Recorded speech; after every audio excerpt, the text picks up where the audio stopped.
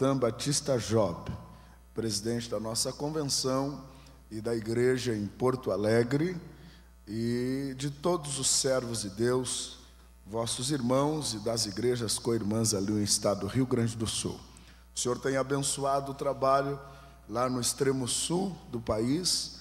A nossa igreja este ano ali no Rio Grande está na comemoração dos seus 80 anos de Pentecoste, fogo, poder e glória de Deus. Então, recebo as saudações afetuosas, fraternais do povo gaúcho e da igreja que serve ao Senhor ali. Evidentemente, nós estamos agradecidos a Deus pela oportunidade de estarmos nesta escola bíblica e também com temor e tremor, porque não poderia ser diferente. Não estamos com a intenção, seria muita pretensão nossa vir aqui querer ensinar, não é isto que está em nosso coração. Nós viemos para rever os irmãos, abraçá-los e sermos abençoados juntos pelo Senhor e compartilharmos alguma coisa que passa por nosso coração. Vamos abrir a Bíblia em Atos dos Apóstolos. Atos dos Apóstolos, o capítulo de número 2, versículos 44 a 47, já que estaremos falando sobre crescimento da igreja, que está na página 12 da nossa apostila, na página 12, e nós queremos fazer esta leitura bíblica como base do que vamos falar nesta manhã. Nos diz assim a palavra do Senhor: todos os que criam estavam juntos e tinham tudo em comum. Vendiam suas propriedades, fazendas, repartiam com todos, segundo cada um tinha necessidade. E perseverando unânimes todos os dias no templo, e partindo pão em casa, comiam juntos com alegria e singeleza de coração, louvando a Deus e caindo na graça de todo o povo. E todos os dias acrescentava o Senhor à igreja aqueles que se haviam de salvar. Amém. Meus queridos, evidentemente, a nossa preocupação como líderes, como obreiros, como pastores, sempre gira em torno do objetivo principal, que é vermos a igreja do Senhor crescer e o nome do Senhor Jesus, através dos resultados de nosso trabalho, ser glorificado na nossa vida e no trabalho em que estamos a fazer. Esta é a preocupação de qualquer obreiro fiel, de qualquer obreiro responsável, até porque todos nós sabemos que haveremos de prestar contas diante de Deus. Nós sabemos que não somos donos da obra, donos da igreja, nós somos apenas servos, mordomos, que estamos administrando os bens do nosso Senhor. Ele confiou-nos uma parte do seu tesouro e um dia os talentos que recebemos, as oportunidades que recebemos, as almas que não são nossas, pertencem ao Senhor Jesus, todo este patrimônio espiritual, pessoal, moral, nós haveremos de prestar contas diante do Senhor.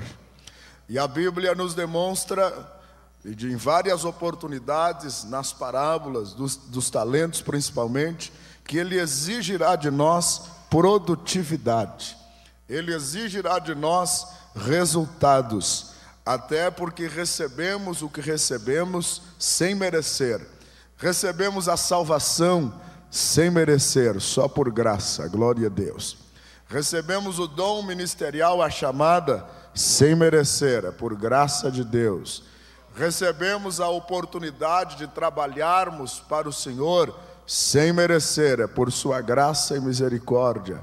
Recebemos a oportunidade de servir a Ele na sua igreja sem merecer, também por graça, aleluia. Recebemos a oportunidade de sermos retirados de um mundão de miséria e estarmos assentados junto aos príncipes sem merecer, é por graça do Senhor e por sua bondade. E baseado nesta manifestação grandiosa de sua graça sobre nós, é que nós temos os recursos para fazermos uma obra com resultados. E se não apresentarmos resultados, não há dúvida, com resultados ou sem resultados seremos cobrados. Mas se tivermos resultados, certamente seremos galardoados. É visando esta preocupação de sermos produtivos que nós queremos compartilhar com os irmãos algumas porções do assunto que está nesta apostila, que é o crescimento da igreja. Evangelizar é difundir, é pregar as boas novas, é declarar o perdão de pecados, a ressurreição dos mortos, através do que nos ensina as Escrituras, é demonstrarmos as evidências do poder do Espírito Santo, da palavra do Senhor, e demonstrar que o Senhor Jesus é Rei, é Senhor, é Salvador. Isto é evangelizar. Mas nós sabemos que nem todo evangelismo resulta em crescimento da igreja. Sabemos que nem todo evangelismo resulta em crescimento da igreja. Nem todo esforço que fizemos resulta em crescimento da igreja. E todos nós queremos que a igreja cresça. Amém? Todos nós queremos. Eu trabalho numa região no estado do Rio Grande do Sul, uma das regiões lá da parte sul do nosso país, mais difíceis no que diz respeito ao crescimento da igreja, devido à cultura. Eu trabalho no centro da colonização alemã, na cidade de Ivoti. 40% das pessoas daquela cidade só sabem se comunicar em alemão. Se você chegar lá em Ivoti, você vai procurar um escurão assim que nem eu, na cidade só vai encontrar eu mesmo. E pela cultura europeia que domina aquela região, o ritmo de crescimento da igreja, a metodologia de trabalho é diferente. E eu estou tão contextualizado na cultura alemã que Jesus me deu um filho alemão, adotivo, é o Juliano. Ele tem 20 anos, é um filho loiro, de olhos azuis. Quem chega lá na porta da casa e ele vai receber, olha para ele e diz assim: Jesus fez um milagre aqui na casa do pastor Luiz Antônio. Porque Jesus é de milagres, né?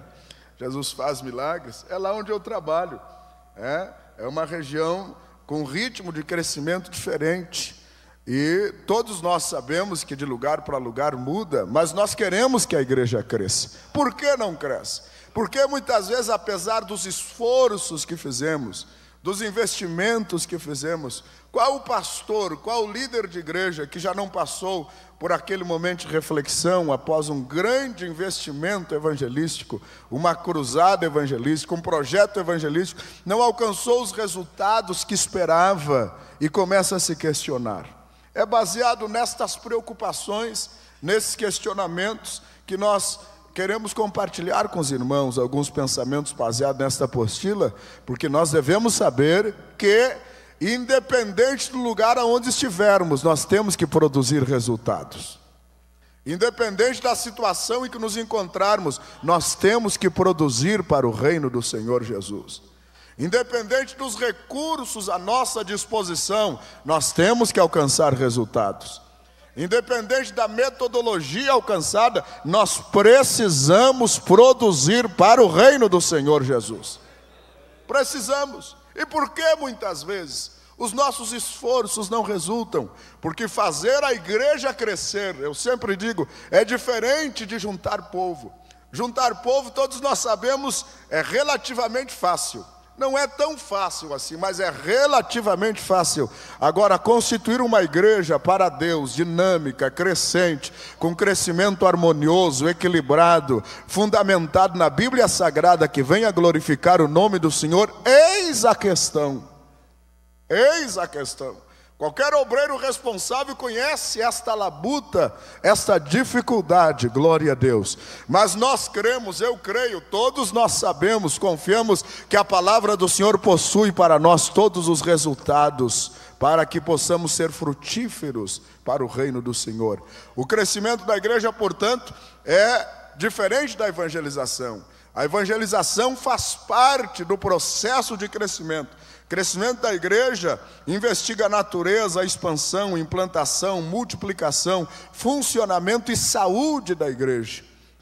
São esses fatores que nós analisamos aqui neste material. A base, o fundamento, a natureza da igreja que queira crescer, como expandi-la, como implantá-la, multiplicá-la, a maneira que ela deve funcionar, qual é o seu estado de saúde, a sua saúde espiritual, para que ela possa realmente crescer e crescer da maneira que a Bíblia aprove. Não é um crescimento aleatório, não é um crescimento de qualquer maneira, tem que ser um crescimento bíblico, fundamentado nas Escrituras Sagradas. Eu gostaria logo, para nós sermos bem objetivos, de ir com os irmãos aqui na página 13, onde nós observamos exatamente aqui no item B da parte A, está aqui a introdução à teologia do crescimento da igreja, as 3 provisões, os 5 princípios da evangelização do mundo, os 4 objetivos, o duplo resultado e os desafios e tendências no crescimento da igreja. Nós analisamos aqui, irmãos,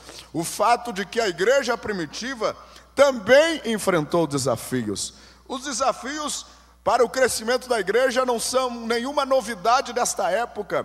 A igreja primitiva também teve que vencer desafios, teve que transpor barreiras, buscar formas, métodos, orientação do Espírito Santo, para que pudesse alcançar resultados.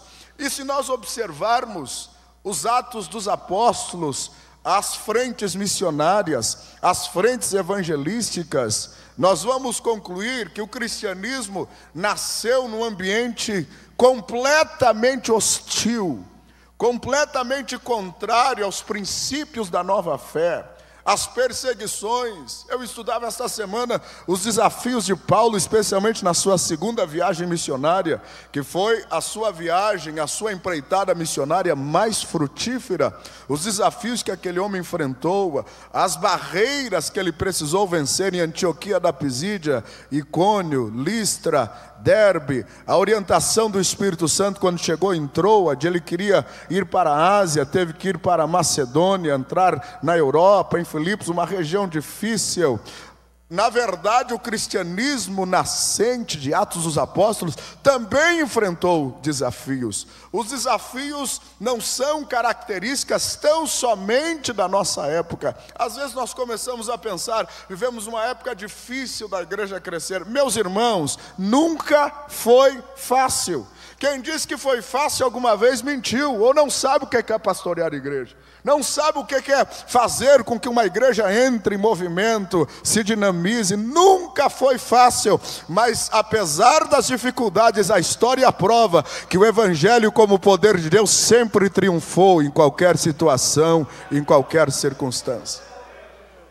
Nós temos a mesma Bíblia, o mesmo Jesus, o mesmo Espírito Santo, o poder do Evangelho ainda permanece inalterável. Nós temos condições de vencer os desafios atuais.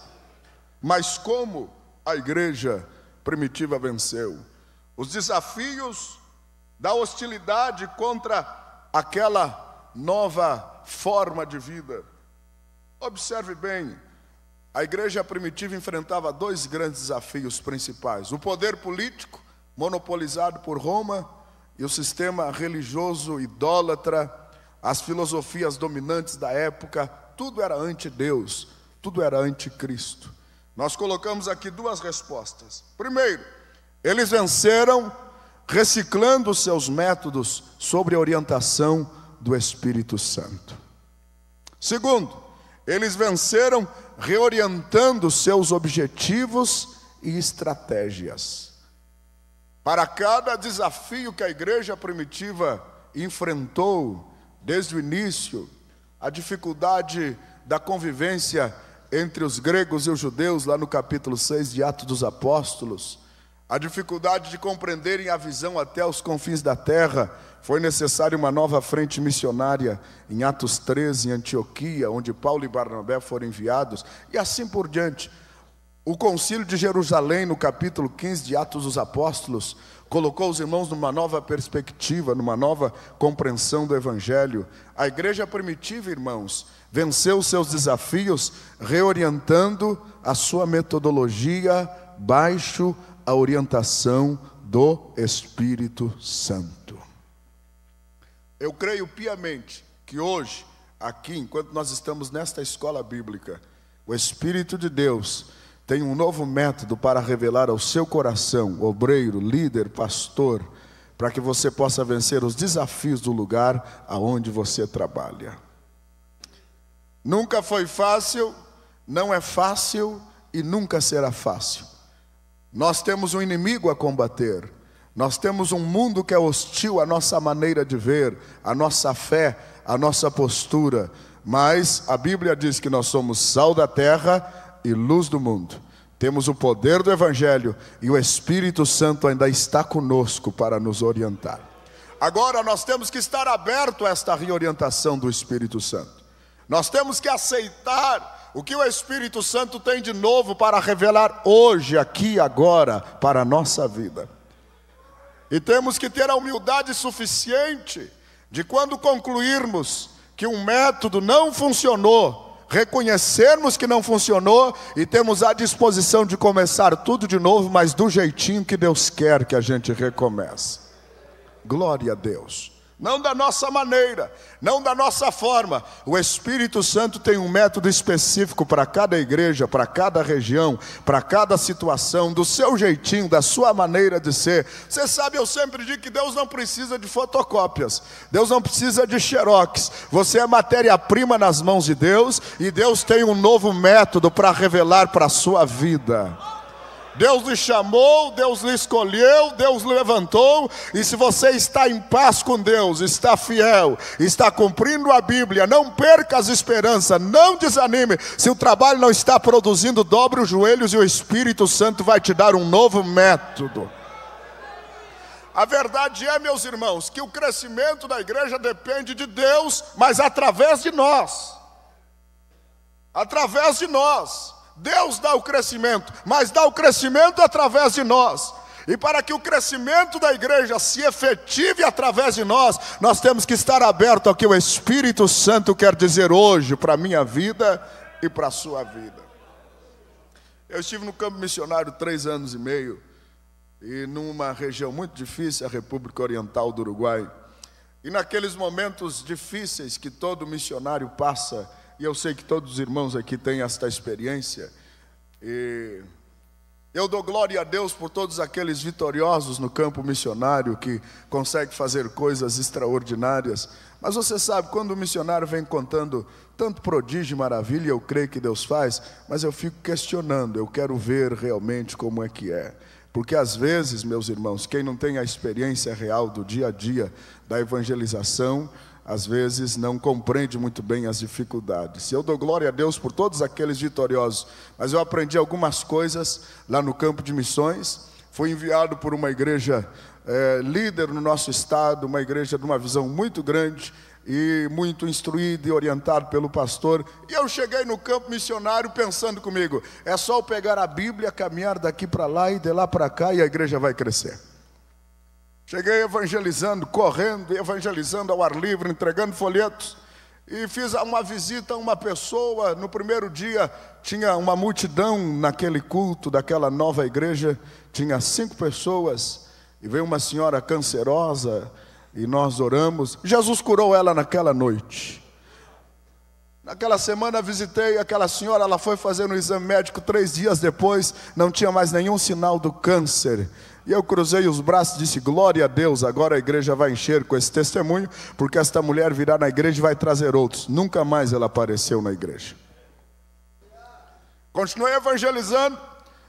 Um outro dia evangelizei um senhor que estava cego, orei por ele, fui para casa. No outro dia ele mandou a notícia, brasileiro, eu não sei o que você tinha nas mãos, mas quando você impôs a mão sobre a minha cabeça, a cegueira foi embora.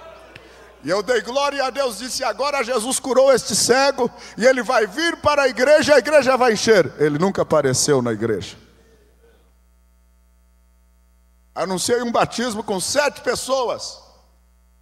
No 3º mês que estava no campo de missões, tinha 7 candidatos. Anunciei para o mundo todo que ia batizar 7. Quando estava chegando perto do batismo, um desistiu, o outro também desistiu, e o terceiro desistiu. Quando chegou no dia do batismo, tinha 4 só para batizar. E eu disse, que vergonha, os meus colegas vão vir aqui, e não vai ter ninguém para batizar, o pastor vai vir ver o resultado da obra, eu sou um obreiro fracassado. E chegou no dia do batismo, ainda tive que sair de carro, buscando os 4 para batizar. Eu digo, Jesus, onde é que eu estou? Um dia eu fui orar, e disse, Senhor, eu estou no lugar errado, não tenho chamada, eu me equivoquei, eu vou me embora, Senhor, não pode ser, a igreja está investindo. O Espírito Santo disse assim para mim, tu tens que te humilhar e aprender tudo de novo, porque aqui é outra realidade. E eu perguntei, Senhor, mas e os canudos de teologia que eu tinha? E as escolas bíblicas que eu fiz? E o meu diploma de Química Industrial? O Espírito Santo disse, esquece tudo isso e aprende tudo comigo de novo, porque eu vou te ensinar como é que se trabalha. Xarabacantaraba. Se nós queremos que o Espírito de Deus nos dê uma metodologia nova para crescer, vamos nos humilhar, voltar aos pés da cruz, deixar que o Espírito Santo nos ensine. Não pense que sabemos tudo, irmãos. Ainda temos muito a aprender, o Espírito Santo tem algo a nos ensinar aqui. Já sei tudo, sei como é que faz, não sabemos não. Hoje, aqui agora, o Espírito de Deus tem uma revelação nova, uma metodologia nova para você. Deu certo para o ano passado, para este ano Deus tem algo novo para a sua vida. Para este ano Deus tem revelação nova para o seu ministério. Deus tem revelação nova para a sua igreja. Glória a Deus. Saí evangelizar um outro dia, casa por casa, folheto por folheto, sozinho. Pastor Alberto me visitou lá nesse período. Ninguém se convertia. Numa região de italianos, onde outra vez o único escurão na cidade era eu, com 45 mil habitantes. Ninguém aceitava nem o folheto que eu falava, que eu entregava. Um dia cheguei, numa tarde muito quente, cheguei na casa de uma senhora, uma favela, e pedi um copo d'água. Já tinha caminhado vários quilômetros evangelizando a pé, e cheguei sem nenhuma fé naquela casa. Pedi água, não disse que era pastor nem missionário, só queria um copo d'água e me sentar e descansar um pouco. Eu estou falando de coração para coração. Nós não podemos ser hipócritas. Cada um sabe que é difícil fazer a igreja crescer. Aleluia. Todos nós sabemos que isso não é brincadeira, não. Quando eu fui sair agradecer a água, aquela senhora disse, faça uma oração daquelas que o senhor faz lá na sua igreja por mim, pode ser que ocorra um milagre na minha vida. Eu fiquei assim impressionado, mas como é que ela sabe que eu sou pregador, missionário? Eu não disse nada para ela. E ela disse para mim, pode ser que um dia eu levante essa cadeira de roda e eu vá lá lhe visitar nesta igreja? Que faz quantos dias que eu não como, não bebo, não durmo, eu estou destinado à morte. Enfim, foi uma choradeira. Eu orei por ela, irmãos, só crendo na palavra do Senhor. Porque no meu coração eu estava desanimado, derrotado, destroçado, entristecido. Cheguei em casa e a minha esposa disse, a irmã Isabel disse, e meu velho, quantas almas ganhou hoje para Jesus? Ninguém. Mas como ninguém? Ninguém aceitou Jesus. Só uma velhinha lá que eu orei por ela, mas nem pedi para ela aceitar Jesus, nem fiz o convite. E quem é que vem no culto hoje de noite? Acho que é eu e tu de novo. Quando chegou de noite, irmãos, na hora do culto, 7h30, naquela grande igreja que era na sala da minha casa, 3 metros por 4, eu comecei o culto como se estivesse pregando para 5.000 pessoas, mas só Deus sabia o meu coração. Só Deus sabia o desânimo que eu estava. Cantei alguns hinos da harpa. Quando eu olho assim naquela sala, entraram 2 cachorros. Eu digo, ó. Atrás daqueles 2 cachorros entraram 3 crianças. Atrás daquelas 3 crianças entraram 2 senhoras. Uma delas, ela que era a senhora de 82 anos que eu orei por ela à tarde. Chamava-se Ramona. Ela entrou, eu fiquei perplexo, ela olhou para mim, eu fui apresentar, ela disse, antes que o senhor fale, eu quero dizer o seguinte, depois que o senhor impôs as mãos sobre mim e virou as costas, eu levantei da cadeira de roda, eu prometi que ia vir hoje aqui. Aquela mulher foi a maior evangelista que eu tive naquela cidade. Xarabacandarabarra. O Espírito Santo tem um método novo para lhe mostrar aqui. Você não pode desistir do seu ministério, não pode deixar de crer que o seu trabalho pode crescer mais. Creia, creia, creia, creia, creia. Deus ainda é o mesmo. O Evangelho ainda é o mesmo. Xarabacandaramarabagás. Aleluia. Se você depender do Espírito Santo, não tem ministério fracassado. Não tem. O Senhor é poderoso para dar crescimento ao teu ministério, crescimento à igreja. Louvado é o nome de Jesus. Passaram-se alguns meses, aquela senhora se converteu em virtude do seu testemunho e batizamos outras pessoas. Outro dia, naquele estado de preocupação que todo obreiro passa, eu dizia: Senhor, passou a primeira unção, ninguém mais se converte, e agora? Eu preciso de algo novo. Um dia eu estava vindo de Montevidéu no ônibus, e eram 2 da tarde, o Espírito Santo disse para mim: desce do ônibus. Eu desci. Parei na frente de uma empresa, Empresas Massaro, e o Espírito Santo disse para mim: entra aqui, e eu entrei. Cheguei no escritório daquela empresa, tudo vazio, tinha 5 moços lá no fundo. Eles vieram perguntar para mim o que eu queria, nem eu sabia. Eu comecei a falar de Jesus, disse: hoje de noite eu tenho um culto, espero vocês lá no culto. Cheguei em casa de novo, a minha esposa perguntou: e meu velho, quantos aceitaram Jesus hoje? Olha, eu falei de Jesus para uns moços lá, mas acho que aqueles empresários nunca vão entrar aqui nessa casa feia. Chegou quinta-feira de noite, aqueles 5 moços estavam na igreja, aceitaram Jesus. Deus me deu uma mensagem profética a um deles. 6 meses depois eu os batizei, eram 5 empresários. E meu pastor me pediu que viesse de volta, e eu retornei. Deixei um obreiro no meu lugar. Aquele obreiro que ficou no meu lugar desmontou tudo que eu fiz. Que tristeza. Quantos aqui já tiveram esta experiência? E por alguns anos eu carreguei aquela mágoa, aquela tristeza. E Senhor, trabalho perdido, dinheiro perdido, esforço perdido, Senhor. Não ficou nenhum resultado da obra. Que vergonha. O evangelho que eu preguei, os irmãos que me ajudaram, será que não foi certo o que eu fiz? O ano passado eu recebi um telefonema e um castelhano me dizendo assim: meu pastor, venha me visitar. Eu disse: quem é o senhor? Eu sou pastor.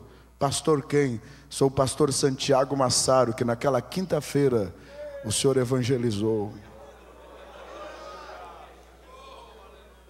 Aleluia. A profecia que o Senhor falou se cumpriu. Hoje eu sou pastor. Visitei a sua igreja. Todos os membros da igreja vieram me visitar e eu recebi consolo de Deus, porque todos me disseram assim: pastor, nós somos salvos porque o Senhor obedeceu à voz do Espírito Santo e foi lá e ganhou o nosso pastor para Jesus. Creia que Deus vai dar crescimento ao teu ministério. Não desista de depender do Espírito Santo. Não desista de crer que o Senhor pode dar crescimento à obra que tu estás fazendo. Permaneça crente, fiel, dependendo. Glória a Deus. Irmãos, nós não somos melhores uns do que os outros. Todos nós passamos por esses momentos de luta, de sofrimento, de decepção. Mas há um Deus que nos chamou, que cuida de nós e que é poderoso para nos reorientar. Deixa o Espírito de Deus nesta manhã reciclar a tua metodologia de trabalho. Ele tem uma nova forma, uma nova direção, uma nova orientação para a sua vida. Ele tem. Quantos podem crer nisso e dizer glória a Deus? Nós precisamos seguir o que a igreja primitiva seguiu. Ela aceitou que o Espírito de Deus reciclasse a sua metodologia. Imagine os irmãos, ou melhor, observe os irmãos em Atos dos Apóstolos, os choques que existiram entre a revelação que Paulo recebeu A nova revelação que Paulo recebeu, a revelação da graça, o evangelho aos gentios, o choque que se gerou no seio da igreja. Mas houve um Tiago, homem cheio do Espírito Santo, pastor da igreja em Jerusalém, que no momento do choque viu que aquele moço, Paulo, com uma nova metodologia, estava dirigida pelo Espírito Santo e não podia impedir o crescimento da obra. É necessário reciclarmos os métodos sob orientação do Espírito Santo. É necessário reorientarmos os nossos objetivos, as nossas estratégias sob a orientação do Espírito Santo. Nunca fora de sua orientação. Seguirmos a orientação do Espírito Santo permanece sendo o principal segredo. Eu avaliava Atos dos Apóstolos a partir do capítulo 13, nesta semana, enquanto viajava, estudando a Bíblia, lendo livros. Em cada um daqueles capítulos há um elemento sobrenatural. O Espírito Santo ou dirigindo por visões, sonhos, revelações, profecias, novas fórmulas de trabalho. E o resultado era isso. Lá no capítulo 17, quando os irmãos chegaram em Tessalônica, a palavra foi essa: aqueles que alvoroçaram o mundo chegaram até aqui. Glória a Deus. Chegaram até aqui. O Espírito Santo no comando. Sempre é possível fazermos alguma coisa a mais. Amém, meus queridos? Agora, quais são os nossos desafios principais? Vamos à página de número 14. Vamos ser bem objetivos naquilo que compreendemos que realmente toca a nossa necessidade. Na página 14, o item de número 6, os desafios internos no projeto de crescimento e evangelização da nossa amada e querida Assembleia de Deus, que nós amamos profundamente esta igreja e quero dar glória a Deus por isso. Eu sou o que sou, estou onde estou, por causa do evangelho pregado pela Assembleia de Deus. Eu não posso me esquecer daquele homem que chegou lá na minha casa, nos fundos da estância do meu avô, quando nós morávamos numa casa de barro tapada com capim em Santa Fé, na beira de um açude. Foi de lá que Jesus me tirou.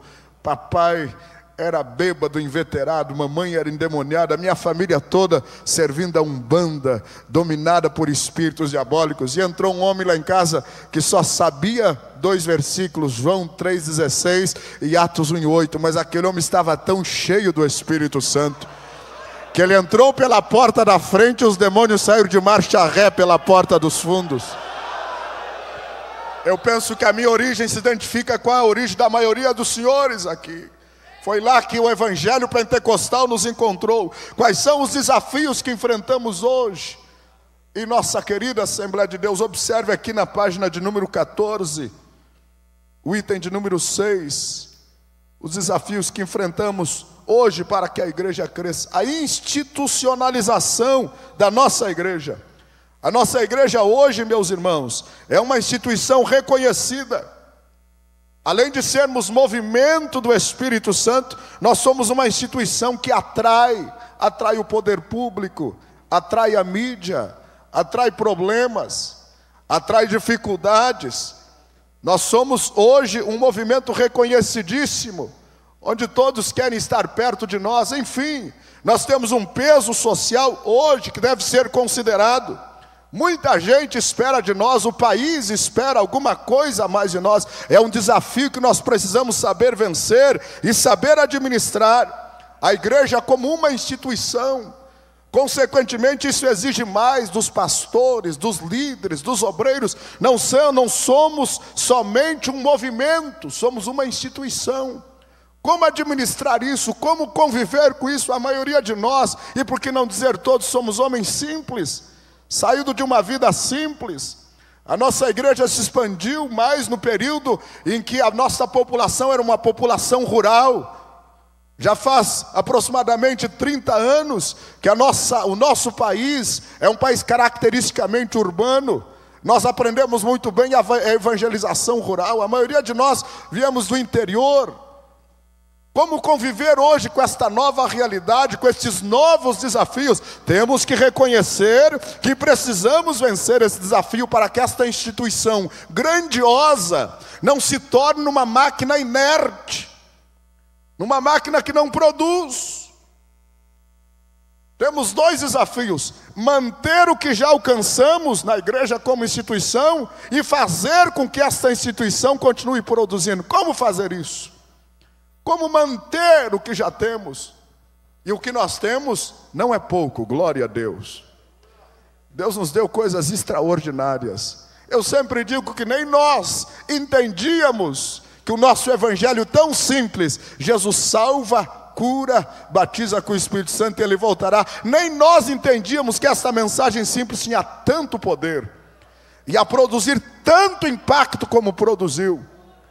E eu penso que nós mesmos, às vezes, estamos assustados com o tamanho da nossa igreja, porque cresceu demais, esta é a verdade. E como lidar com esta instituição grandiosa, extraordinária, que atrai pessoas inteligentes, atrai o poder público, como manter ela e como fazer com que ela funcione no tamanho que ela está. Eu repito, a graça do Senhor se fará sobre nós suficiente outra vez. Mas é um desafio que nós precisamos vencer. Especialmente os colegas da minha geração que estamos chegando agora. Estamos recebendo uma igreja linda, abençoada, uma igreja cheia, uma igreja rica, uma igreja com belos templos, com catedrais. E muitos de nós não temos ainda, esta é a verdade, não temos aquela identificação com as nossas origens. Não conhecemos, quem sabe conheçamos na teoria como foram os princípios, mas nos falta ainda a prática. Como manter esta instituição e como fazer com que ela continue funcionando. Temos os desafios de outras concorrentes. E o evangelho tem que ser pregado de todas as formas. É um desafio que enfrentamos. O desafio da institucionalização da igreja. Isso atrai a imprensa, o poder político. E o tamanho da nossa igreja desperta na natureza humana, na nossa natureza humana, a ambição. É muito grande. Eu quero a minha parte no bolo. Eu também já fiz alguma coisa. Desperta a ambição. E há dois tipos de ambição. É aquela ambição que é benéfica para a glória do nome do Senhor, que vem a glorificar o nome de Jesus. Mas aquela ambição que quer atrair os holofotes para mim. Eu tenho que ser o centro, eu tenho que ser o maior. Só que quando isso acontece, quando Jesus deixa de ser o centro, nada mais funciona. Porque a coisa só anda quando Ele é o centro. A igreja só funciona se nós estivermos na cruz. Aleluia. Jesus tem que ser o centro da instituição, porque Ele é maior. Para Ele não tem instituição difícil de fazer funcionar. Se o centro da nossa vida for Ele, se a glória for para Ele, se o poder que vem para a nossa vida sair da cruz e nós deixamos que Ele apareça, que o nome dEle seja glorificado, que Ele seja o centro, a igreja vai continuar crescendo. Agora o nosso eu tem que ser vencido. Porque a nossa igreja cresceu como cresceu, não por causa de nós. Quem faz a diferença não somos nós. Não é eu, não é o seu nome, não é o meu nome que faz a diferença. Quem faz a diferença é o nome de Jesus. Aleluia. Eu sou a estrela, não sou não. Estou enganado, a estrela é Jesus. Eu sou grande, não sou não. O grande é Jesus.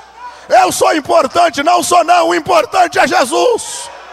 Eu sou famoso, tenho nome, tenho status. Eu tenho que botar a minha fama, o meu nome, o meu status no lixo e deixar que o nome de Jesus apareça.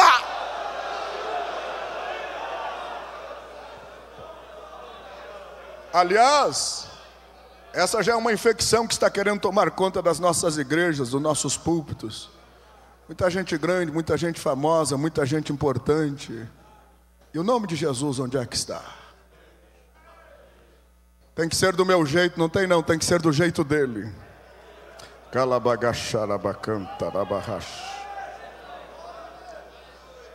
Os nossos púlpitos não podem se tornar em passarela de estrelas. Tem que permanecer sendo o lugar do servo que diz: é necessário que ele cresça e eu diminua. Se ele continuar sendo o centro, a instituição vai continuar produzindo. Glória a Deus. Mas é o perigo da ambição pessoal. Essa ambição nos aparta da simplicidade. Essa ambição nos aparta dos princípios fundamentais do Evangelho. Esta ambição humana nos aparta de uma vida simples, nos aparta de uma vida sensata, sem opulência. Aleluia. E eu repito, quando ele deixa de ser o centro, nada mais funciona. Não tem método que funcione. Não tem pregador que mova. Agora, se ele for o centro, vai continuar crescendo para a glória do seu nome. A igreja como instituição atrai o perigo da dissensão, da ambição, da dissensão. Aqueles que não têm o Espírito do Senhor, que não têm forma e nem escola, não tem formação. Na cabeça deles, uma parte do bolo que cresceu é deles, não é de Jesus. Glória a Deus. A igreja não é minha e não é sua, é de Jesus. Você não é dono da igreja, eu também não sou, a igreja é de Jesus. Quem morreu pela igreja não foi eu, não foi você, foi Jesus. Não fomos nós que morremos, Ele é o dono de tudo isso aqui. Ele é o dono da minha vida, da sua vida, do seu ministério, da sua chamada, da sua família. Ele é o dono de tudo. Nós não somos donos de nada. Se você pode dar glória a Deus com esta palavra.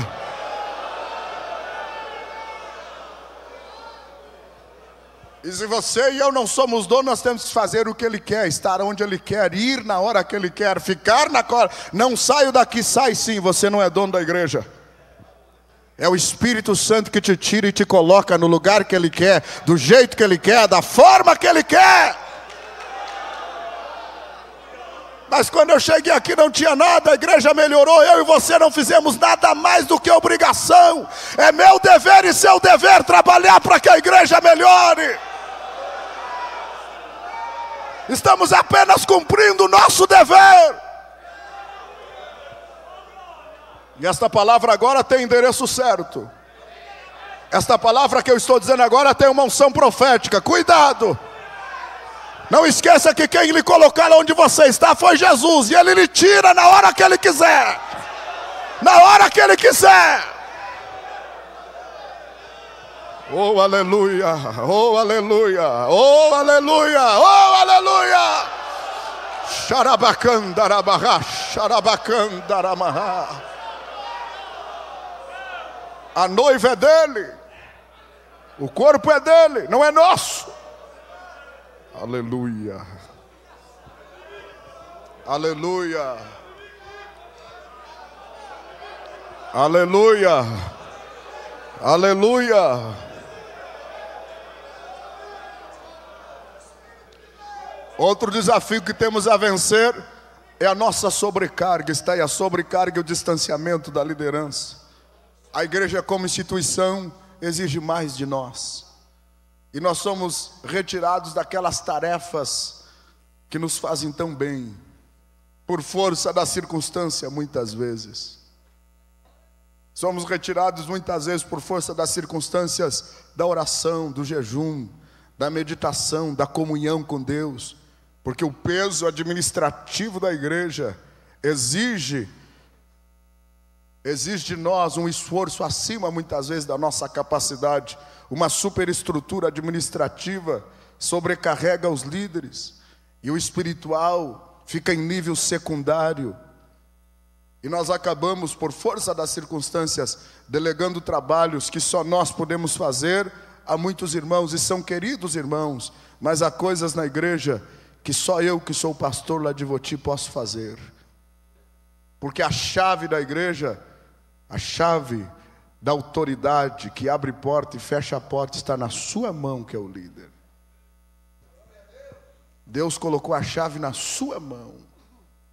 O outro que lhe ajuda pode ser melhor que você, pode ter mais capacidade, mas ele precisa saber que a chave não está com ele, a chave está na sua mão. Foi Deus que deu.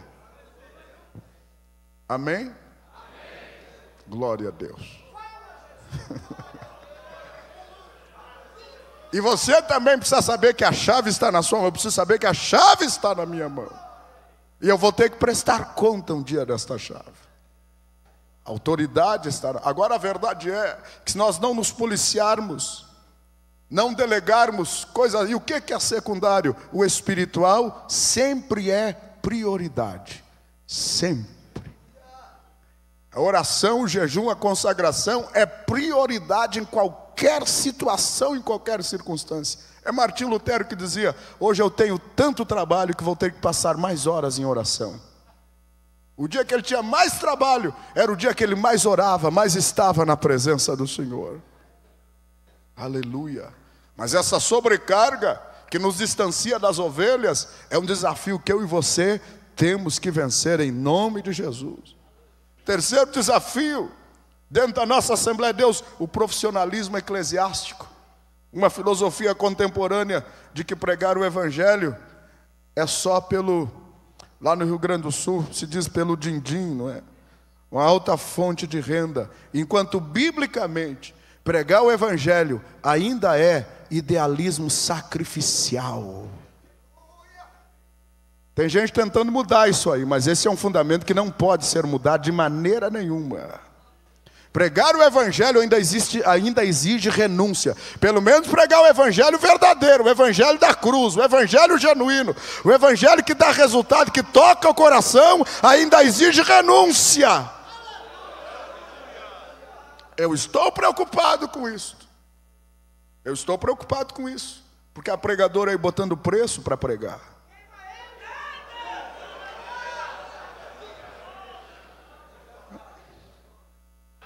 Eu não encontro base bíblica para isso. Tem nada contra os pregadores, também sou. Todos nós somos irmãos, nada contra, amém. Mas alguém tem que bradar contra essa desordem, meus irmãos. Você não tem base bíblica. Que o obreiro tem que ser bem tratado, é verdade, glória a Deus. A igreja tem que reconhecer que ele não gosta de ser bem tratado.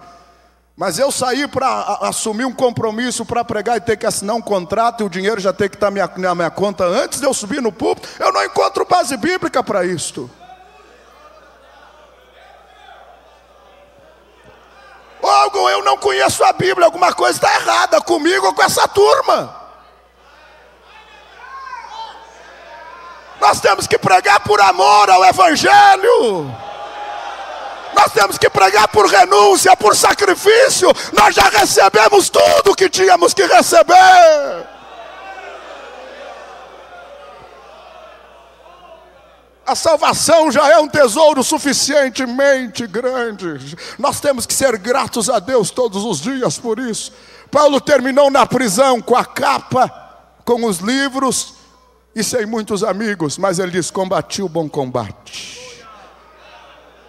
E eu saio daqui desta cadeia, mas não saio para a derrota, eu saio para receber uma coroa. Você galardoado, você coroado. Esta ambição material e materialista, irmãos, tem se transformado em um veneno nas nossas vidas. E o profeta de Deus, para estar nesse altar, tem que ter compromisso com Deus. Não com o dinheiro. Com Deus, para estar livre para falar aquilo que Deus manda, aquilo que Deus quer, porque Deus se responsabiliza. Pregar o Evangelho ainda é idealismo sacrificial, onde o que conta são as motivações. Se eu estou pregando no altar para me promover, posso pregar muito bonito, mas não é o que a Bíblia ensina. E sem dúvida as minhas motivações determinam os resultados da minha prédica. Se eu pregar com as motivações erradas, Deus não tem compromisso comigo. Agora, se eu pregar uma mensagem simples, 10 minutos, 15 minutos, sem muita beleza, mas com a motivação certa, com jejum, oração, é impossível Jesus não cumprir a sua palavra. Porque a Bíblia diz que para entrar no santuário do Senhor tem que ter coração limpo e mão pura. Coração puro e mão limpa. Temos que pregar o Evangelho, mas viver o Evangelho. Temos que pregar com pureza de coração. Glória a Deus. O que conta são as motivações. Este é um dos fatores altamente prejudicial ao crescimento da igreja. Esta visão profissional que se está tendo do ministério. Eu creio piamente que ministério ainda é vocação, não é profissão. Creio piamente que a minha vocação deve obedecer à orientação de Deus, fazer o que Ele quer, porque Ele vai cuidar de mim. Creio que Deus cuida, creio que Deus cuida do seu chamado. Não lhe deixa faltar nada, nem passar sacrifício. Quarto desafio dentro da nossa igreja, os conflitos éticos teológicos. Estas discussões daquilo que é, que não é, que pode, que não pode, só pode ser vencido através do ensino da palavra. E o ensino bíblico verdadeiro centraliza o nosso evangelho na cruz de nosso Senhor Jesus Cristo. Os movimentos que conseguem vencer os desafios contemporâneos à sua história são aqueles que centralizam os seus comprometimentos, a sua mensagem, a sua vida com tudo que vem da cruz e com o ensino da palavra do Senhor. O quinto desafio, todos nós precisamos pensar de forma planejada, de forma organizada. Temos que ter a visão do crescimento. E para termos a visão, se temos a visão, e já foi falado aqui em visão algumas vezes, glória a Deus por isso, vamos buscar, vamos planejar, vamos organizar, vamos fazer a nossa parte, fazer o possível. E o impossível, meus irmãos, o Senhor Jesus ainda faz, glória a Deus. E a necessidade, o sexto desafio é a necessidade de um adestramento em alto nível para que a igreja cresça, objetivando especificamente o crescimento da igreja. Glória a Deus. E a razão pela qual nós estamos reunidos aqui nesta escola bíblica, para sermos treinados, para que o Espírito Santo nos treine, nos ensine através da palavra. Vamos adiante rapidamente. Eu quero aproveitar os meus últimos 5 minutos e agradecer a oportunidade. É impossível nós falarmos em tudo que está aí, mas o Espírito Santo dará orientação a cada um dos seus servos, a cada irmão. Observe comigo rapidamente, nos fundamentos bíblicos e eclesiológicos da teologia do crescimento da igreja, o item número 3, os fatores eclesiológicos do crescimento da igreja. E eu quero sinalizar especificamente 2, tão somente. No 3.4 diz assim: para que a igreja cresça, ela não deve padecer de nenhuma enfermidade espiritual ou moral. Eu gostaria de dizer aos irmãos, na nossa pouca experiência do dia a dia, um dos principais trabalhos nossos como líderes, como pastores, como obreiros, preocupados com o crescimento da igreja hoje, é curar a nossa igreja. Nós temos uma linda história, mas essa história tem sido a base de guerras, de batalhas. E hoje há algumas enfermidades, pessoas feridas, que precisam ser saradas, restauradas. Há igrejas que precisam ser restauradas, saradas.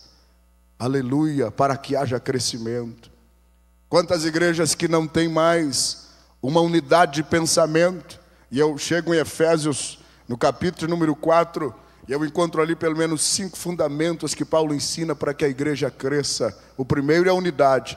E Paulo diz assim, que nós temos que procurar guardar a unidade. Se nós temos que procurar é porque não é algo fácil.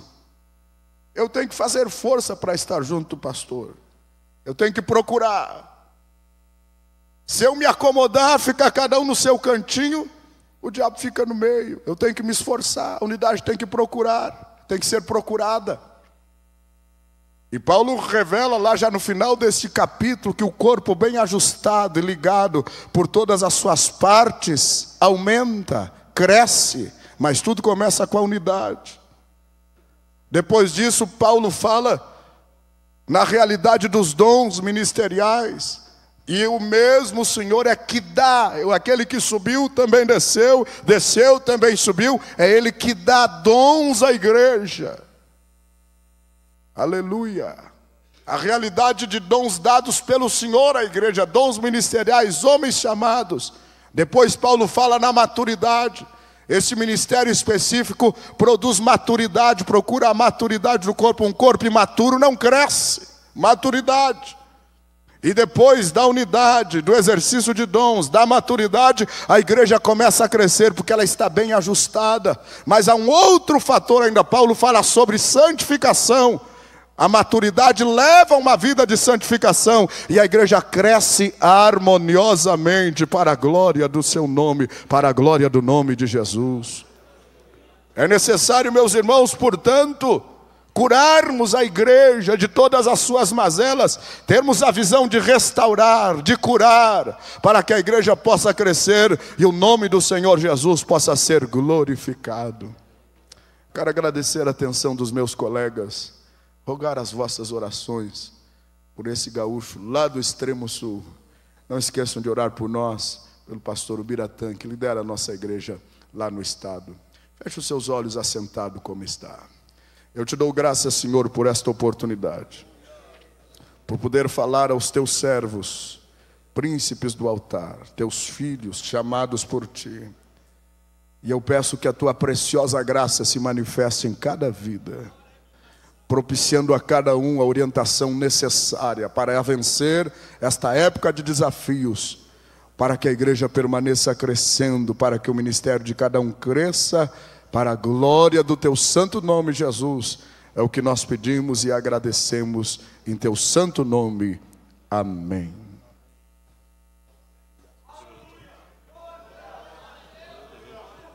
Glória a Jesus.